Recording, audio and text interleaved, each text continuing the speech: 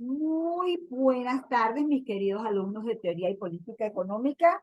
Nos estamos reuniendo otra vez en esta semana número 10 para continuar hablando sobre los aspectos macroeconómicos.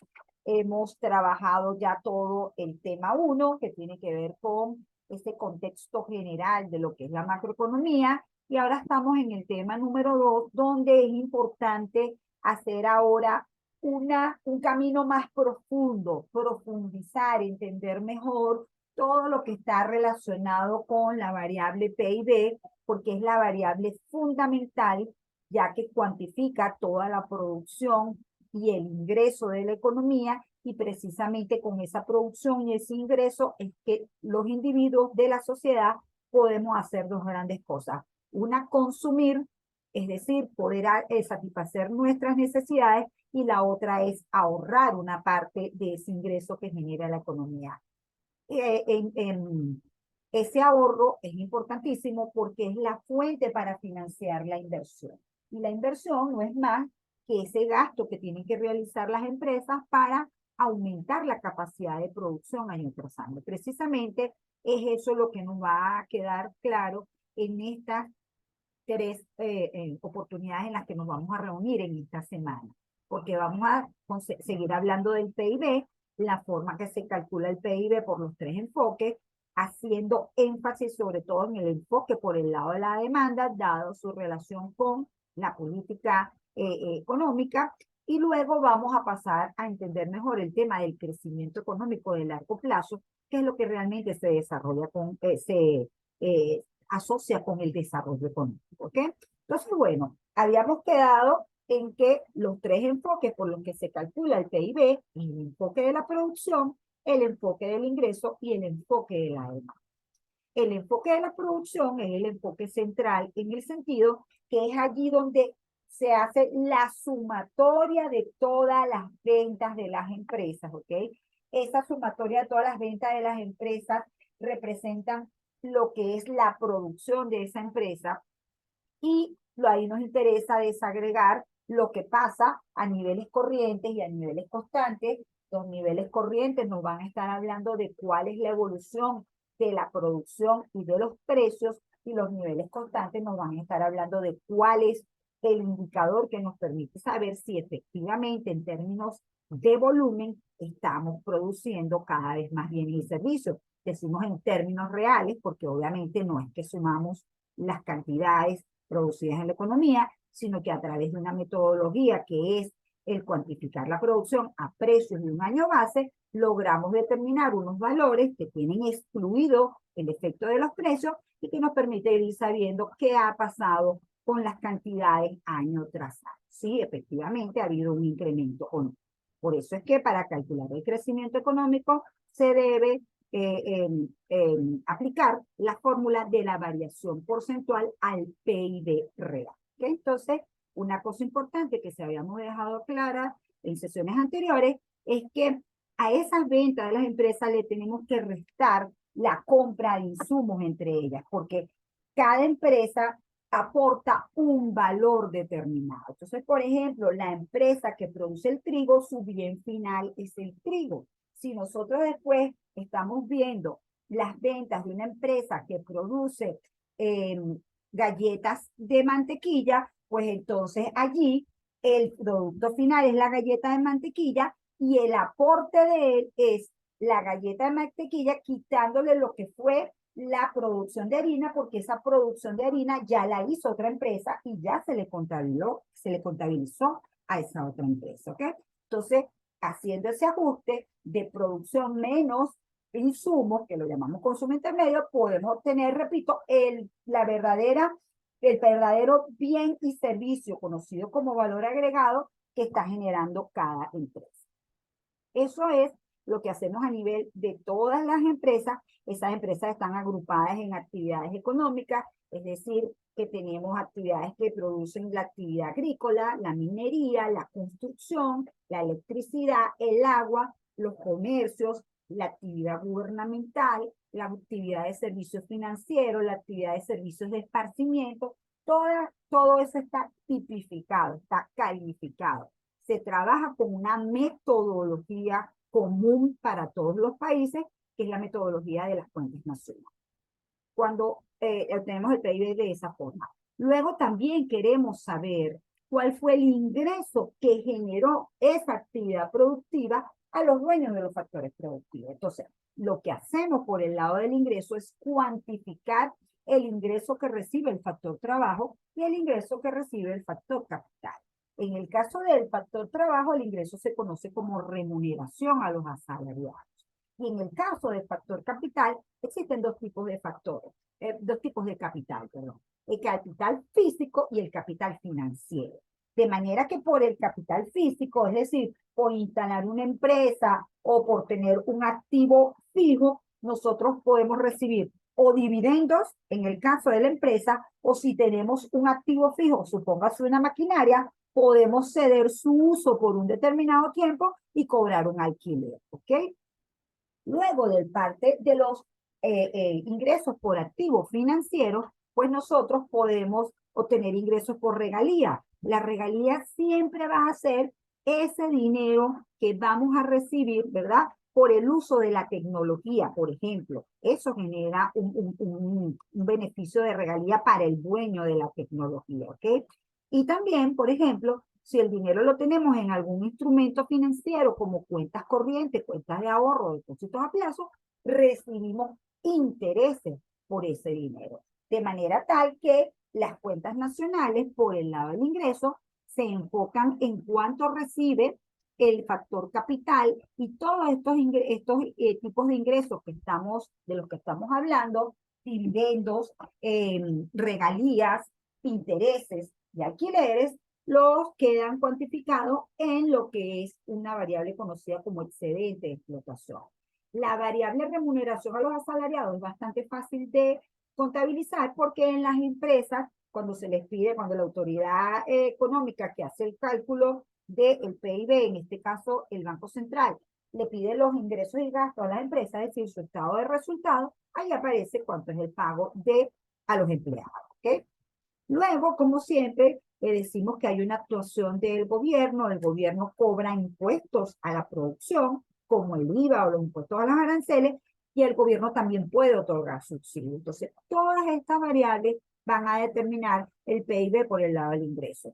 Una importante es la depreciación, porque ¿qué pasa? Que los individuos tienen que, ¿cómo se llama? Tomar su ganancia, de su ganancia, tienen que apartar una parte para cuando la maquinaria que están utilizando pierda su vida útil y entonces tengan que reponerla. Eso es lo que se conoce como depreciación. Entonces, en el enfoque de la producción, en el enfoque del ingreso, voy a hacer menos énfasis.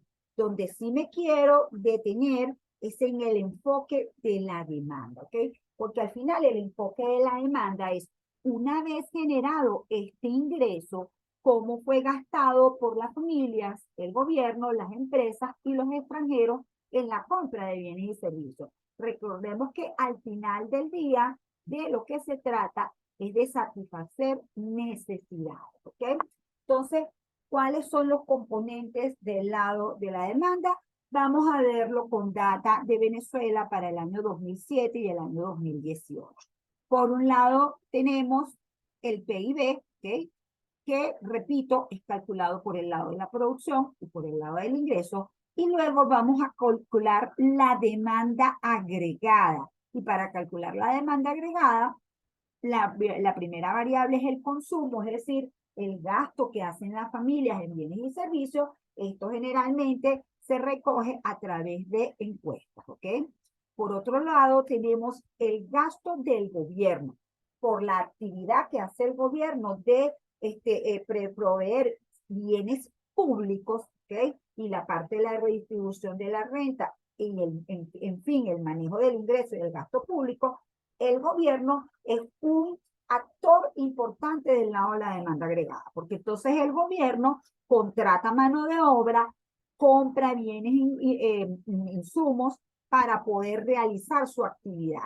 Y todo ese gasto que él hace obviamente proviene de comprarle en bienes insumos a el resto de las empresas y de pagarle a los empleados públicos, ¿ok? Otra variable importantísima, entonces, es el gasto que tienen que hacer las empresas en comprar maquinarias y equipos. Eso tiene incluido allí la parte de la depreciación y tiene incluido ahí la parte de los inventarios, ¿ok? Entonces allí es el gasto, hasta ahora hemos explicado el gasto que hace los hogares a través de la variable consumo, los gastos que hace el gobierno, ¿ok? A través del pago de los asalariados públicos y la compra de bienes y servicios y el gasto que hacen las empresas para mantener y aumentar su capacidad de producción. Todos estos componentes son actores nacionales, de manera que estos tres forman parte de un componente agregado que llamamos demanda agregada interna. Luego vamos a tener del otro lado la demanda agregada externa, en la cual va a estar en términos netos, en este caso, donde por un lado van a estar las exportaciones, es decir, esos extranjeros compran bienes y servicios a nuestros productores locales. Por eso es que las exportaciones es la venta de bienes y servicios a no residentes, ¿ok? Y por el otro lado, aquí fíjense que tiene signo negativo, ahorita vamos a explicar muy bien eso. Ese signo negativo corresponde a las compras de bienes y servicios que hacen nuestros residentes a las empresas que están afuera. ¿Por qué los ponemos aquí junticos? Porque de alguna manera lo que hacemos aquí son dos cosas importantes. Por un lado, al dejar el PIB solito, nos enfocamos en cuánto es el nivel de producción nacional. Por eso es que siempre hago el énfasis en repetir el concepto del PIB, diciendo que es el valor total de la producción de bienes y servicios finales en el territorio nacional en un periodo de tiempo determinado, porque esto es la oferta nacional. Entonces, obviamente aquí, cuando nosotros tenemos las exportaciones menos las importaciones, lo que estamos haciendo es entender las relaciones de esta economía con el resto del mundo. Las exportaciones van a significar un ingreso de divisas y las exportaciones van a significar una salida de divisas.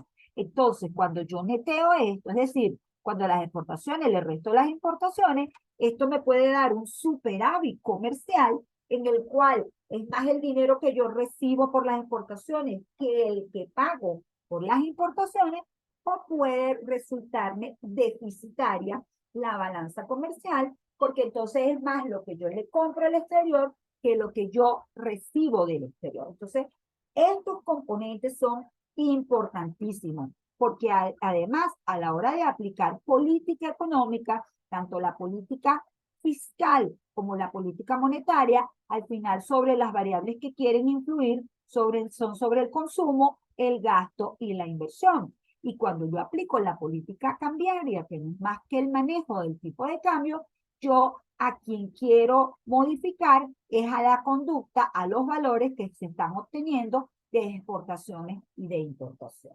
¿Ok? Entonces, bueno, entendiendo un poco la estructura, repito, por ejemplo, para el año 2007, el Banco Central calculó que el consumo fueron 384.813 miles de bolívares, que el gasto del gobierno fueron 92.117, fíjense que es un monto bastante menor que el consumo, que la inversión fue 243.533 y que el comercio exterior, fíjense que es deficitario, 105.095 menos 269.648. Una observación importante aquí es que esto es el PIB a precios constantes. ¿Qué significa esto? Que este es el crecimiento en términos reales. Aquí no estamos viendo el efecto del crecimiento de los valores por el lado de la inflación, sino netamente por la producción. Entonces, claro, aquí lo que ocurre es que nosotros tenemos una ventaja importante en el sentido que un determinado nivel de exportaciones nos permite comprar más bienes y servicios en el exterior. Esto desde el punto de vista volumétrico es un poquito difícil de entender, pero realmente lo que significa es que somos muy competitivos porque con lo que exportamos, que es petróleo, somos capaces de comprar muchos más bienes y servicios. Obviamente, ¿dónde está el efecto distinto? En la parte monetaria, ¿verdad? En la parte monetaria, es decir, cuando no tomamos en cuenta el volumen, sino los ingresos totales, lo que ocurre es que el petróleo nos genera una entrada de divisas enorme que nos permite hacer los pagos de todos los niveles, del nivel de importaciones que tengamos en un momento determinado, ¿ok? Es decir, si ustedes ven esta relación en términos corrientes, tiene una composición distinta, pero queremos saber qué pasa con el crecimiento económico, queremos saber el comportamiento del dinamismo real de las variables que tienen que ver con el consumo, ¿ok? Entonces, solito así uno puede calcular la estructura y entender el peso que tiene el consumo, el peso que tiene el gobierno, el peso que tiene la inversión y cómo es el comercio exterior, ¿ok?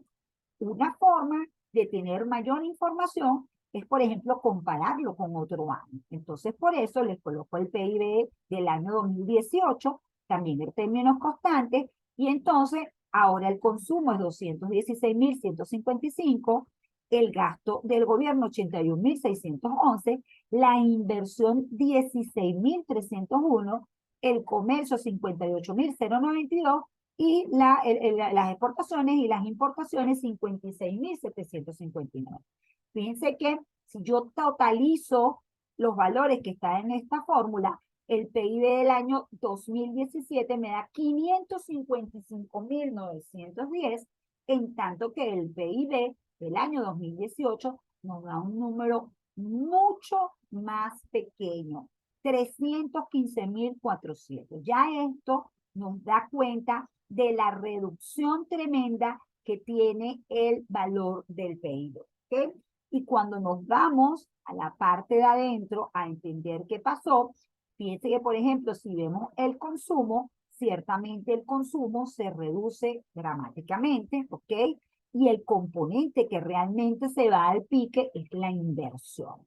Una cosa que es gravísima porque si usted no invierte, no aumenta capacidad de producción. Si no aumenta capacidad de producción, no puede generar más producción de bienes y servicios en el futuro, ¿ok? Entonces, bueno, aquí les pongo las cosas que se pueden decir de esto. Por ejemplo, saber el peso del consumo en cualquier economía es determinante. En este caso, el consumo representó 69,22% del PIB en el 2017 y 68,5% en el 2018.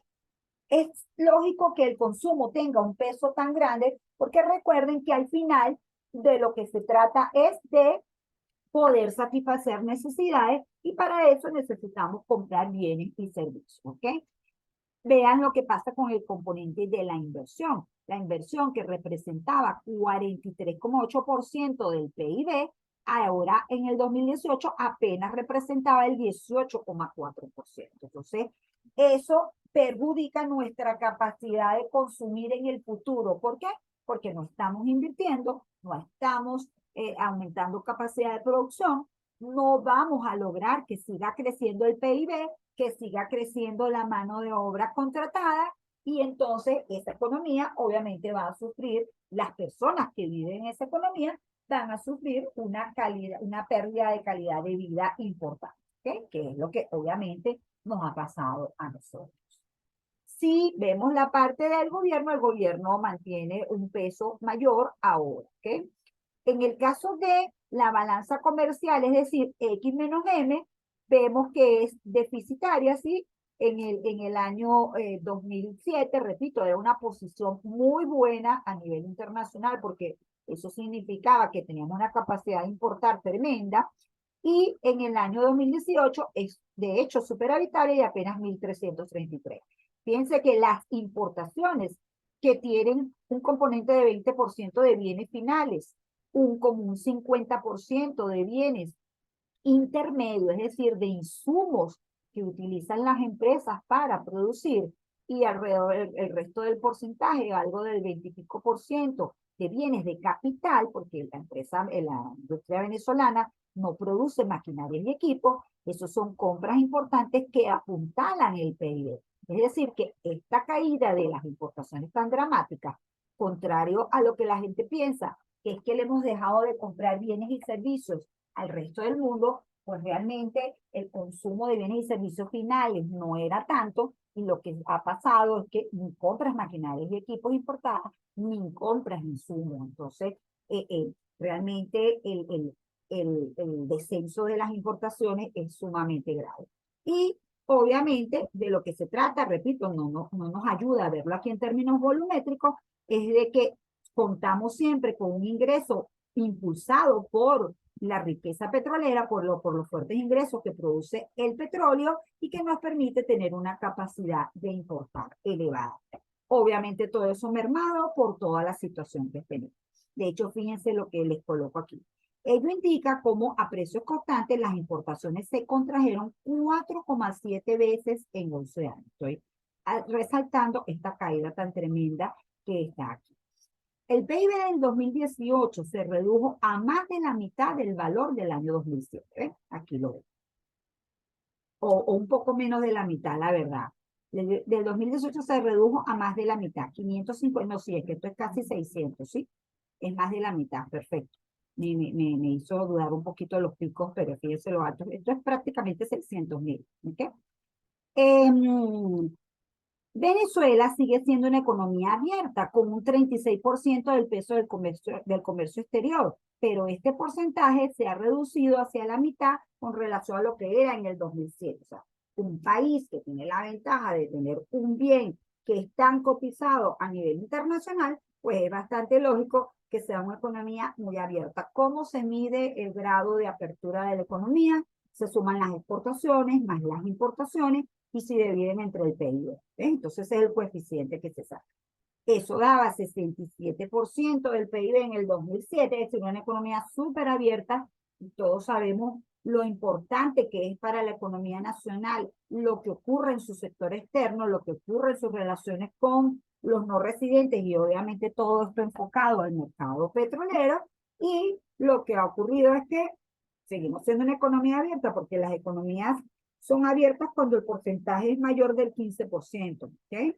Pero repito, la mayoría de las economías tienen porcentaje de 20, 25, algunas tienen hasta 13, 14, ¿sí? Esto es propio de las características tan particulares que siempre tiene nuestra economía, ¿ok?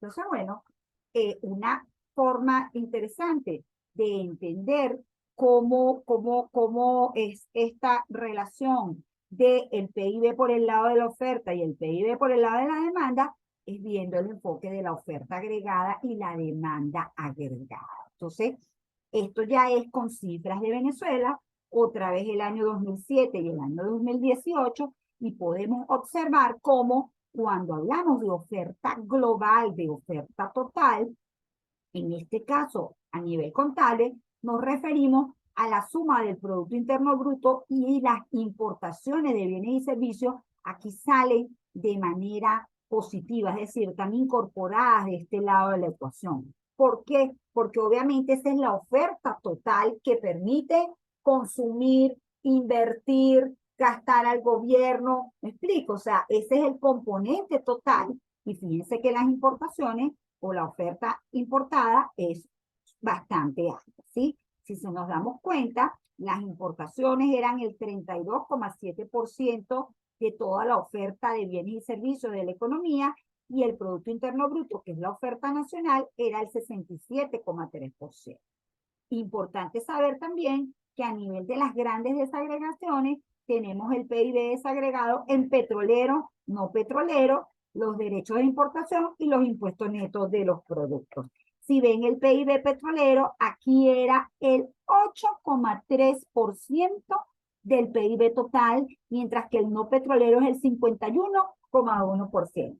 Obvio, ¿qué sucede aquí? Que realmente con apenas 45.000, 46.000 trabajadores, a lo largo de casi, ¿cómo se llama? 50, 60, 70 años, desde que empezó la industria petrolera en los 40 hasta el año 2018 o 2017, antes de que ocurriera la debacle de PDVSA, allí lo que teníamos era que esa actividad que es altamente intensiva en capital podía producir en términos volumétricos 2,5, 2,8, 2,9 millones de barriles diarios, pero el efecto es que al venderlo en los precios internacionales genera un ingreso enorme que nos da una tremenda capacidad para importar y que entonces se refleja en que seamos capaces de importar toda esta cantidad de bienes y servicios y tener un consumo alto. Repito, eso cambia drásticamente en el año 2018 y de allí en adelante. Si nos fijamos ahora, la actividad petrolera representa el 10% y la no petrolera representa el 67,7%, ¿ok?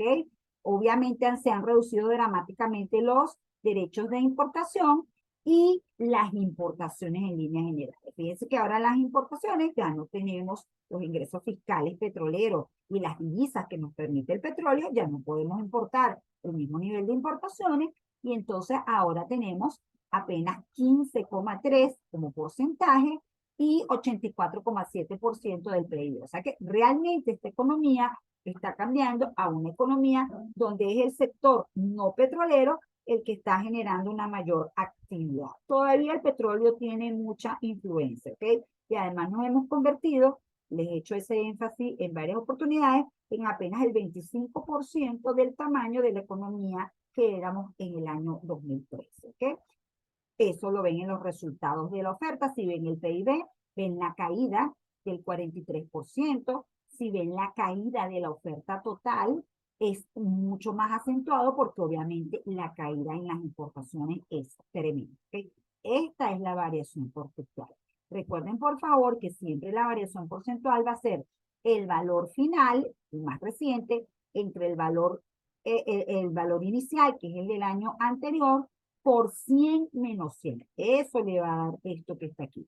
Y siempre que quieran ver un peso es, por ejemplo, el PIB petrolero entre la oferta global por 100, porque esto es una estructura y esto es una variación porcentual.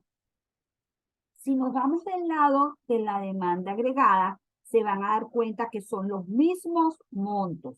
Oferta agregada igual a demanda agregada. Pero aquí lo que tenemos es de este ingreso generado aquí, cuánto gastan las familias, cuánto gasta el gobierno, cuánto gastan las empresas en inversión y cuánto es nuestra demanda externa, cuánto es lo que nos compran del resto del mundo. Esos niveles, fíjense, aquí están los niveles de consumo, vean la caída dramática del consumo, vean que la caída del gobierno no es tan fuerte, la caída de la inversión es descomunal y la caída de las exportaciones es también del 44,7%. ¿Qué pasó allí?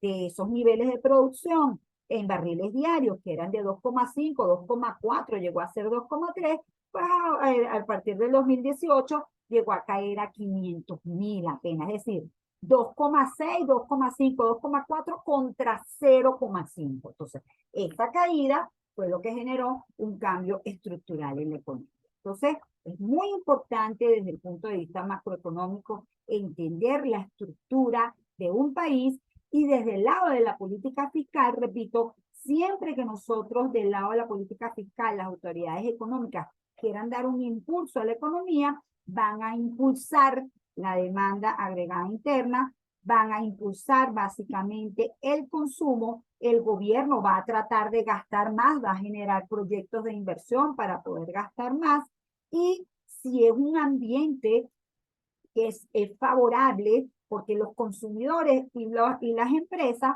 consumen e invierten dependiendo si tienen expectativas positivas de lo que va a pasar con la economía.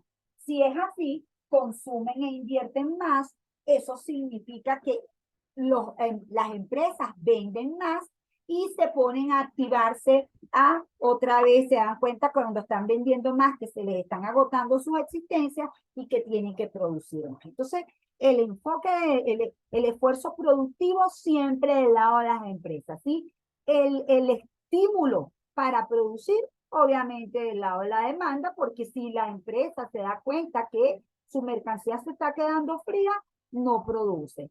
Si la empresa se da cuenta que se le están agotando los inventarios porque las familias están comprando mucho, el gobierno está comprando, las empresas le están comprando a las que producen bienes de capital, todo eso genera una dinámica de crecimiento económico. ¿Alguna duda hasta aquí? ¿O está claro lo que he dicho? Está claro, profe. Qué bueno, mamá, perfecto.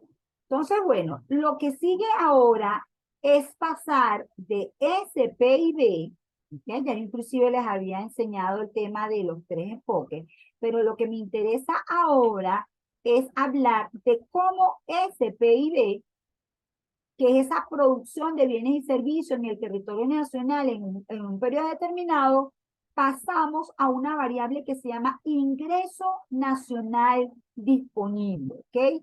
Y ese ingreso nacional disponible, fíjense que lo que se refiere es al ingreso recibido por los residentes de una economía. No importa si se lo ganaron en otra economía distinta a la doméstica. ¿Qué queremos decir con esto? Que ya cuando queremos ver el ingreso de los residentes de la economía venezolana, resulta que buena parte de los residentes aportaron aquí su capital, aportaron aquí su trabajo y generaron un nivel de ingreso. Pero ocurre también que algunos de nuestros residentes pueden haber tenido actividades económicas en otros países y pueden haber decidido que el ingreso obtenido por esa actividad económica se lo traían a la economía venezolana. Por ejemplo, alguien que pueda haber tenido una empresa afuera, creó una empresa en Colombia, pero decidió traerse los dividendos de esa empresa para Venezuela. Supongo que fuera el ejemplo de la empresa Polar, que de las actividades que tiene en Colombia haya decidido traerse parte de los dividendos. O, por ejemplo, que esa misma empresa Polar tenga unos empleados que son residentes de Venezuela y que temporalmente van a trabajar en Colombia y esos empleados se hayan traído parte de sus remuneraciones al país. Entonces, ese es el ingreso que nos interesa saber porque al final ese es el ingreso que se va a destinar o al consumo o a la inversión, ¿ok? Entonces, perdón, al consumo o al ahorro, porque al final de cuentas, el ingreso, o sea, una vez que tenemos el ingreso, la gran variable macroeconómica nos dice, ok, ¿qué se puede hacer con ese ingreso un individuo en particular? Cuando vemos un individuo en particular, bueno, decide qué parte la va a gastar en bienes y servicios y qué parte la va a guardar para, de forma de precaución, de manera de poder, ¿cómo se llama?, gastarlo en el futuro, ¿ok? Un ajuste también importante que hay que entender aquí es que en el caso de los no residentes que estuvieron en la economía local y que generaron ingresos por capital o trabajo, también están en potestad de llevarse este dinero para sus economías respectivas. Por eso es que, oído al tambor, con el sistema de ecuaciones de qué es de lo que estamos hablando. Ya hemos dicho que el PIB, que la fórmula del PIB es PIB igual a consumo más inversión más exportaciones menos exportaciones. Aquí no está el gasto del gobierno de forma implícita, sino que está sumado junto con el consumo total. Es decir, este consumo que está aquí incluye el consumo de los hogares y el consumo del gobierno, ¿okay? O el gasto en consumo, es la forma correcta de decirlo. Este sigue siendo el gasto de las empresas y esto sigue siendo las exportaciones y las exportaciones. Repito por última vez, este PIB que está aquí fue generado por personas que fueron los trabajadores y por empresarios que fueron los que pusieron a funcionar capital y trabajo para generar ingresos. ¿Okay? Empezamos a hacer una serie de ajustes para poder llegar desde el PIB al ingreso nacional. Esto de interno tiene que ver con doméstico. Esto de nacional tiene que ver con los nacionales, con los residentes. Entonces, un primer ajuste que tenemos que hacer es quitar la depreciación. ¿Por qué? Porque la depreciación es un apartado que va a quedar en las cuentas de las empresas para reponer la maquinaria y equipo cuando se cumplan su vida útil. Entonces, no forma parte del ingreso.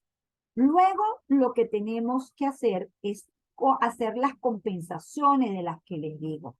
Tenemos que sumar cualquier ingreso que los residentes de nuestra economía hayan generado por factores productivos en otra parte y se los hayan traído para acá. Y le tenemos que restar cualquier pago que haya tenido que hacer la economía porque los no residentes que estaban aquí en nuestra economía nacional se llevaron su dinero al resto del mundo. ¿Y dónde se contabiliza todo eso, profesora? Se contabiliza en un instrumento que se llama balanza de pagos. En la balanza de pagos se va a registrar todo el movimiento de importaciones, de exportaciones, todo el movimiento de renta del capital, tanto la que entra como la que sale, e inclusive las transferencias, todas esas entradas o salidas que no tienen que ver con una transacción, sino que son sin contraprestación. Vamos a explicar un poquito más eso ahorita. Es decir, repito, va a haber una compensación por el lado de los factores productivos, pero también hay una cosa importante y es que, por ejemplo, en esta economía puede ocurrir que, como efectivamente ocurrió en Venezuela, haya un proceso migratorio muy fuerte y entonces nuestros migrantes que están repartidos en varios países, Colombia, Estados Unidos, Europa, le manden remesas a sus familiares aquí en Venezuela. Entonces, eso constituye una transferencia, porque el venezolano que está aquí recibe el dinero de su familiar del exterior como una donación, como un regalo. ¿Ves? Esa es la diferencia entre transacción y transferencia, porque la transacción siempre lleva el doble flujo. Sale el dinero, vuelve la mercancía, es un intercambio. En cambio, en la transferencia, decimos que no hay contraprestación porque se recibe o se da el dinero a cambio de nada. Yo siempre echo broma y digo a cambio de las gracias, ¿ok? Entonces, todos esos ajustes son necesarios para saber entonces cuánto es el ingreso total de esa economía. Es como que si ajustáramos todo dentro de nuestro hogar y sepamos, bueno, el ingreso de todos los miembros de esta familia está. Entonces, ese dinero, ¿verdad? Nos queda de este lado de aquí. Y del lado de la demanda, haciendo estos ajustes, todo el consumo queda de este lado, la inversión queda de este lado, y de este lado, que se contabilizan las transacciones con el resto del mundo, hemos arrancado con las exportaciones netas, hemos hecho todos estos ajustes de ingreso y pago de renta, y ingreso y pago de transferencia, y hemos obtenido una nueva cuenta que se llama la cuenta corriente, ¿sí? Sin plural. Las cuentas corrientes es otra cosa. Son instrumentos financieros que están en los bancos y contra los cuales el dueño de una cuenta corriente puede girar. Eso es otra cosa. Esta cuenta corriente que está aquí es un saldo que permite, ¿cómo se llama? Registrar las transacciones de compra de bienes y servicios de el ingreso o pago de factores productivos y las transferencias de residentes con no residentes. ¿Okay? Entonces, ¿por qué es muy importante seguir con esa relación? Bueno, es muy importante seguir con esa relación desde el punto de vista macroeconómico, porque esto es lo que nos permite entender los equilibrios tanto por el lado de el mercado de bienes y servicios como lo que llamamos el mercado de fondos. En el mercado de fondos o en el mercado financiero, lo que está es todos los movimientos que por un lado están los ahorristas, por otro lado están los inversionistas y están haciendo transacciones. ¿Por qué? Porque los inversores necesitan de los fondos de los ahorristas para poder producir. Entonces, desde el punto de vista macroeconómico, esos dos mercados los vemos en equilibrio. Ese mercado consolidado de bienes y servicios y ese mercado consolidado de fondos. Y además son dos caras de la misma moneda. Recuérdense cómo en el flujo circular de la renta dijimos, hay un flujo de dinero y hay un flujo de bienes y servicios. Pues en términos de lo que estamos hablando ahorita, es más o menos lo mismo. Hay un flujo de mercancías y hay un flujo financiero para poder producir esas mercancías. Entonces, continuando con la ecuación que estaba ahí arriba, el ingreso nacional disponible va a ser igual al consumo más la inversión neta más la cuenta corriente. Si yo al ingreso paso el consumo para acá y los restos, lo puedo sustituir por el ahorro, porque efectivamente el ingreso, el ahorro, perdón, es la parte del ingreso que no se consume. De manera que me queda esta ecuación que está aquí, ahorro menos inversión igual a cuenta corriente de la balanza de pagos. ¿Y por qué esto es importante, jóvenes? Porque, bueno, los procesos de inversión de los países, que repito, son la piedra angular para crecer, tienen dos fuentes de financiamiento. Una, el ahorro nacional, es decir, cuando esa economía guarda parte de su ingreso y lo convierte en unos flujos que permiten financiar la inversión. Pero esos ingresos pueden venir o ese ahorro puede venir del resto del mundo. En definitiva, existen dos fuentes de financiamiento. La externa, que aquí la contabilizamos con el saldo de la cuenta corriente, y la nacional, que aquí señalamos con la figura del ahorro, ¿ok? Entonces, es muy importante desde el punto de vista macroeconómico entender que siempre que el ahorro sea mayor que la inversión, lo que significa es que hubo un ahorro mayor que lo que se invirtió y que ese dinero sale al resto del mundo para financiar procesos de inversión en el resto del mundo. Es decir, sale en forma de activos financieros externos, adquisición de activos financieros externos. Y eso se refleja en un saldo positivo en la cuenta corriente. Por el contrario, cuando el ahorro es menor que la inversión, esta economía no generó suficientes fondos financieros para financiar la inversión. Y entonces, ¿cómo hizo para poder invertir todos esos recursos? Pues muy fácil.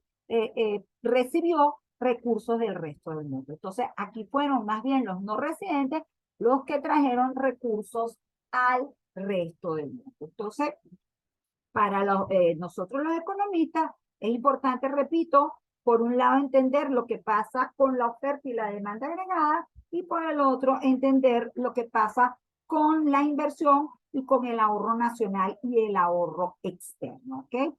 Todo eso se contabiliza, la relación de los nacionales con los no residentes en el instrumento que les renombré de balanza de pago y que al final refleja las transacciones externas. En balanza de pago, todos los movimientos se registran en divisa y luego son llevados a moneda nacional y se incorporan al circuito de la estructura económica del país, ¿ok? Este ahorro, es importante entender que no es una cosa etérea. Este ahorro se canaliza a través del mercado financiero. Va a una parte del mercado de dinero y va a otra parte del mercado de valores. Es decir, este ahorro lo podemos materializar en que una parte está en dinero en efectivo, otra parte está en divisas, otra parte está en depósitos, otra en acciones y otra en bonos, ¿ok? De manera que es importante saber que a nivel de la contabilidad general, los movimientos de ingresos y gastos que tiene la economía nos permiten saber qué ocurre con los grandes saldos de la economía y esos grandes saldos de la economía nos permiten saber el estatus económico de ese país, es decir, si ese país está bien o está mal. Y en definitiva, esos grandes saldos de la economía, uno es la riqueza financiera que es alimentada año tras año con lo que ocurra con el ahorro, ¿ok? Otra es el stock de capital, es decir, cómo va creciendo nuestro saldo de maquinarias y equipos, de edificaciones, de carreteras, de escuelas, de toda la infraestructura, y ese saldo se alimenta año tras año con los niveles de inversión.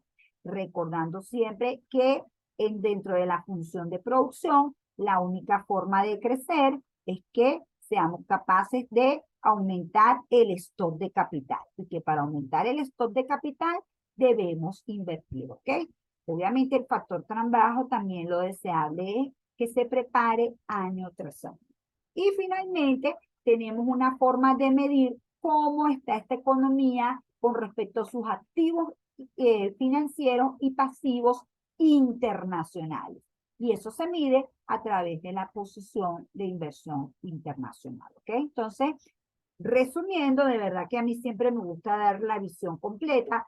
Yo entiendo que para un estudiante de derecho es difícil captar toda esta relación, de manera que yo lo que hago es conformarme con que se entienda la diferencia entre el Producto Interno Bruto y el ingreso nacional disponible, ¿sí? Entendiendo entendiendo muy bien que uno tiene que ver con la producción en la economía doméstica, el PIB, y que el ingreso nacional disponible tiene que ver con el ingreso recibido por nuestros residentes, producto de sus factores productivos, es decir, producto de la utilización del capital y del trabajo. ¿Okay? Eso es lo que me gusta de cerrar como idea central. Nos quedan solamente 2 minutos, de manera que solamente les enseño, ¿sí?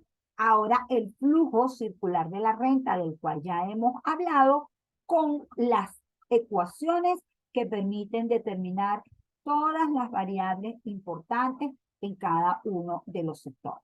Por ejemplo, en el lado de las empresas, las variables clave, oferta y demanda agregada, tenemos el PIB, tenemos los componentes de la demanda agregada. En el caso de los hogares, la variable consumo y la variable ahorro. En el caso del sector público, la variable gasto público y la incidencia de la actuación del gobierno en el ingreso disponible. En el caso del sector externo, todo lo que tiene que ver con las exportaciones, las importaciones, los movimientos de renta y las transferencias, y unos saldos muy importantes que todavía no he conversado, que tiene que ver con el movimiento de activos y pasivos financieros, incluidos las reservas internacionales, y como en la parte del sector financiero tenemos la parte del mercado monetario, donde están todo el dinero contabilizado en efectivo y en depósitos en el sistema bancario. ¿Okay? Entonces, es todo un sistema integrado bajo una metodología y repito, solo lo estoy enseñando. ¿De acuerdo?